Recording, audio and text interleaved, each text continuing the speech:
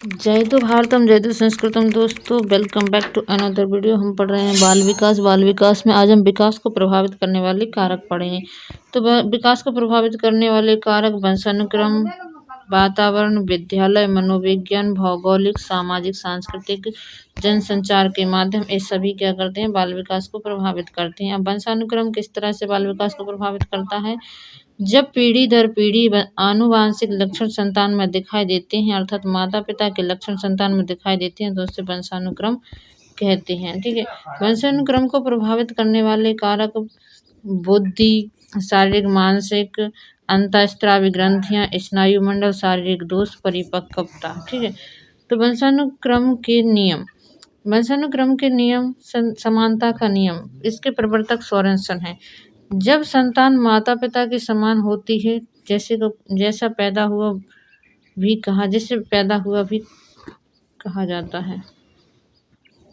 विभिन्नता का नियम, डॉक्टर डार्विन लेमार्क ने कहा है कि जब संतान माता पिता के समान नहीं होती, इसे चयन प्रकृति का नियम भी कहा जाता है। ठीक है, चयन प्रकृति का नियम भी कहा जाता है। प्रत्यागमन का नियम, जब संतान माता पिता के विपरीत हो तो इसे प्रत्यागमन का नियम कहा जाता है। ठीक है, इसे प्रत्यागमन का नियम क्या कहा जाता है? वंशानुक्रम को प्रभावित करने वाले सिद्धांत, जनन द्रव्य निरंतरता का सिद्धांत। जनन द्रव्य एक पीढ़ी से दूसरी पीढ़ी में स्थानांतरित हो जाता है। जनन द्रव्य कभी समाप्त नहीं होता। इसका प्रयोग संतान उत्पत्ति में किया जाता है, इसलिए इसे अमर सिद्धांत के नाम से भी जाना जाता है। ठीक है, चलो मिलते हैं और आगे देखते हैं इसको कि कहाँ से। वंशानुक्रम को प्रभावित करने वाले सिद्धांत, जनन द्रव्य निरंतरता का सिद्धांत बीजमैन ने दिया। उपार्जित गुणों का संचय बीजमैन ने दिया है। और उपार्जित गुणों का असंचरण का नियम बीजमैन ने दिया। संचरण का नियम लेमार्क ने दिया।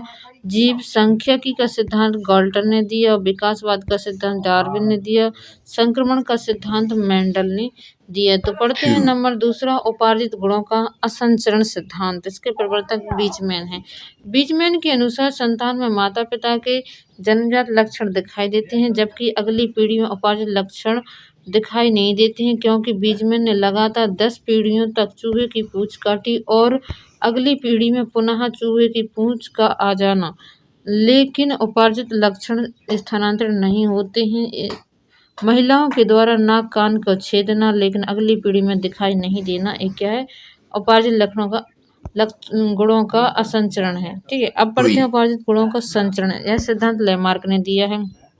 लेमार्क का मानना है कि जन्मजात लक्षण के साथ उपार्जित लक्षण अगली पीढ़ी में स्थानांतरित होते हैं, लेकिन कुछ उपार्जित लक्षण अगली पीढ़ी में दिखाई देते हैं। लेमार्क ने जिराफ का प्रयोग करके सिद्ध किया है कि जिराफ का भोजन गर्दन से ऊपर रखा गया और उसमें लगातार गर्दन में वृद्धि होती है। इसी कारण लेमार्क ने कहा कि उपार्जित लक्षण अगली पीढ़ी में दिखाई देते हैं। ठीक है, अगला सिद्धांत है जीव सांख्यिकी का सिद्धांत या बायोमेट्रिक सिद्धांत, जिसके प्रवर्तक हैं गाल्टन।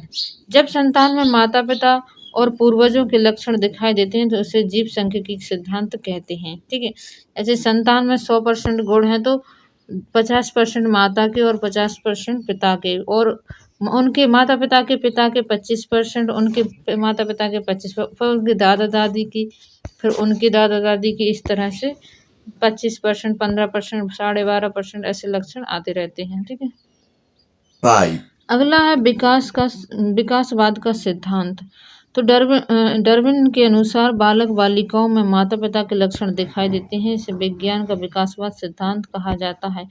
अगला है संक्रमण या पृथक्करण का सिद्धांत, जिसके प्रवर्तक मेंडल हैं। मेंडल ने मटर के पौधों पर प्रयोग किया और काले व सफेद चूहों पर प्रयोग किया। मेंडल ने प्रयोग करके सिद्ध किया कि माता पिता के सभी संतान एक समान नहीं होती है। ठीक है, वातावरण और परिवेश, यह विकास को प्रभावित करने वाला दूसरा कारक है। तो रॉस के अनुसार वातावरण में बाह्य शक्ति होती है जो विकास को प्रभावित करती है। ठीक है, इससे आगे हम कल पढ़ेंगे। तो मिलते हैं हम आपको अगली वीडियो में। जब तक के लिए जय श्री राम, वंदे मातरम, भारत माता की जय। Thanks for watching. वीडियो को लाइक, चैनल को सब्सक्राइब कर दीजिए। See you the next video. Bye bye, take care, thanks for watching.